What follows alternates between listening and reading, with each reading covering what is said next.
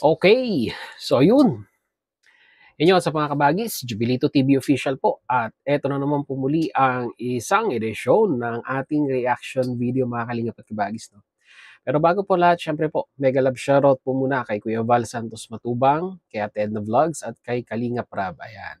Sa ating mga Kalingap netizens, Kalingap subscribers and followers, ganun na rin po ang ating mga sponsors, ang ating mga butihing sponsors, ang ating mga Kalingap partners, at ganun din po ang syempre po ang ating mga kasamahang reactors, diyan po sa Team Bios, Team Karepa, Team Watchers at sa Team Strikers. Mega love shoutout po sa inyong lahat. So ito na nga kahapon, no? Mahalingap at kabagis, Diyos mio. Wala tayong upload kahapon. Pahinga tayo. Yan, pahinga. Pahinga din pag may time. Pero habang nagpapahinga po tayo ay nakaantabay din naman po tayo, no, sa mga kasamahan po nating reactor, na kung saan ay ang usapan at ang topic nila kahapon po ay ito nga pong patungkol. Ayan na nga po, no? Patungkol sa pag-akyat ni Arjin doon po sa live streaming po ni Joel Salcedo. So, talagang nireaksyonan, no? Marami po ang salita patungkol po dito sa pag-akyat na ito ni Arjin sa live ni Joel Salcedo at sa mga isinagot ni Arjin sa mga katanungan ni Joel Salcedo. At dito napanood natin yung reaction video ni President Virador na di umano ay parang ipinakain sa pating. Ika nga, no? Mahalingap at kabagis. Ito pong si Arjin sa mga kanyang mga katanungan. And at the same time, yung pong reaction video ni Sangkay, yung reaction video ni Bopil na kung saan ay inisa-isa niya, yung pong mga issue kung bakit po nababash itong si Arjin. At isa sa mga nagustuhan ko rin ay yung pong reaction video ni Direk Nuelsa na kung saan ay talaga nga naman pong pasok sa banga at talagang real talk na reaction video yung ginawa ni Direk Nuelsa. At naribatal, no? Mga lingap at kabagis, naribatal ni Joel Salcedo, no? Yung pong mga reaction video na yan, simula kay Sangkay at kay Bopil. Ang ipinagtataka ko lang, mga kalingap at kabagis, no? Nasagot niya yung dalawa. Pero bakit itong reaction video ni Direk Nuelsa ay hindi niya po masagot? Kasi sa bandang huli, no, ng reaction video ni Direk Nuelsa ay na-real talk nga po ni Direk itong si Joel Salcedo na kung saan ay nabanggit niya na parang nakakasangkapan lang itong si Arjin para po sa main purpose or sa talagang pinakamotibo ni Joel Salcedo na kung saan ay makahikayat or sabihin na nating makapag-interview ng mga individual na papanig sa kanyang advokasya regarding po sa kanyang pag-question at pagtuligsa sa Team Kalingap, no? At nakakita po siya ng opportunity dito kay Arjin na kung saan ay, 'di ba, dating beneficiaries po ng Kalingap na turns on na tumiwalag at ngayon po ay nagsasalita against sa Kalingap. So dapat 'yun ang kuwan, no? Yun po yung sagutin ni Joel Salcedo.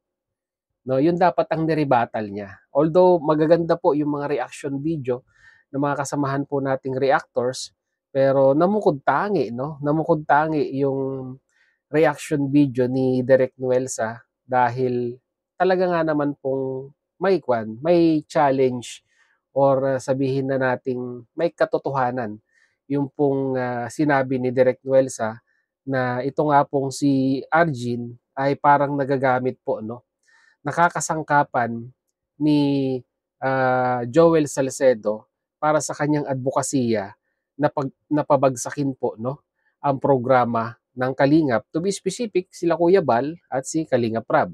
At yung mga ibang Kalingap partners natin na under po ng Team Kalingap. Ang ganun sa akin lang, mga Kalingap at kabagis, no, sa social media po, 'di ba? Ang bashers ay nandyan na. Normal na po 'yan, 'di ba? Kahit anong gawin po nating pag-tumbling, 'di ba? Pagtago or sabihin na nating hindi pagdi-discuss ng ating mga ibang agenda sa ating buhay, yung mga bashers po ay nandiyan lang.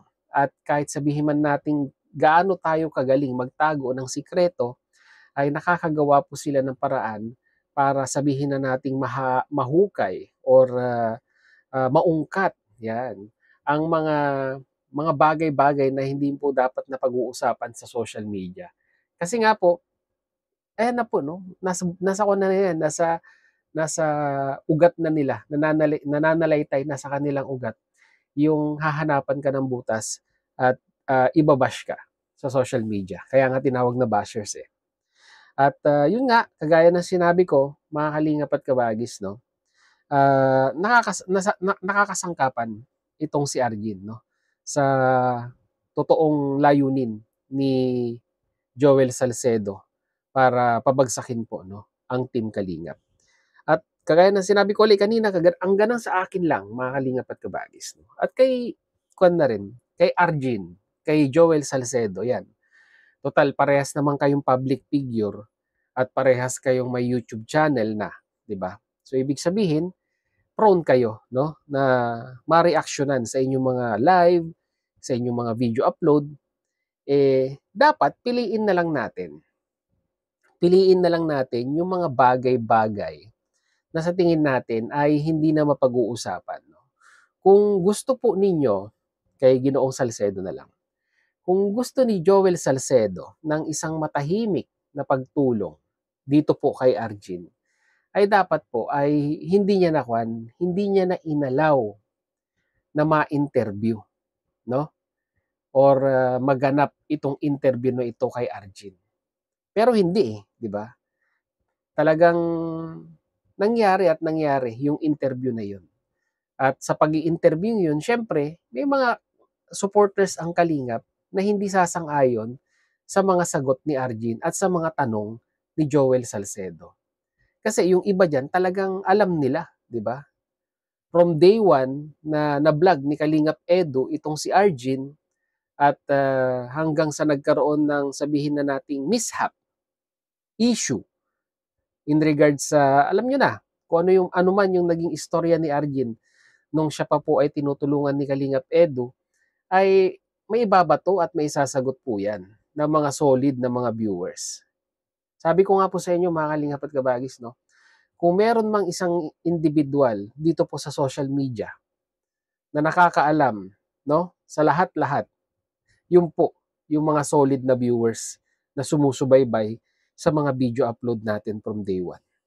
Hindi nyo po sila kayang questionin kasi sila ang pinaka-updated na individual dito po sa social media. Although hindi po sila sabihin na nating public figure or wala kasi silang channel, meron lang silang account para makapag-comment at makapanood, pero sila ang the most powerful na nilalang na nakakaalam po ng lahat-lahat dahil sila po yung nakakasubaybay. Yung pagtulong kay Arjen nung sponsor nila Joel Salcedo ay wala po akong kwan dyan. Wala po akong against patungkol po dyan. Maganda po ang pagtulong, lalong-lalo na pag talagang deserving po naman yun dapat pong tulungan. 'Di ba? Kung si Arjen ay nangangailangan ng pinansyal para sa kanyang pag-aaral at natutulungan ng sponsor nila Joel Salcedo, ay maraming maraming salamat po, 'di ba? Kasi yan tulong ninyo ay malayo po ang mapupuntahan. Pero ito po, kuwan na lang po ito, isang paalala na lang po, no. Siguro yung pagtulong naman po ay hindi dapat lahat ay igagawad natin sa isang individual.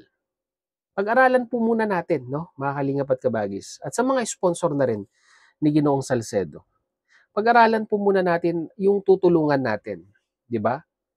Hindi kesyo nababas po siya online, may issue po siya online, ay sasaluhin agad natin, 'di ba?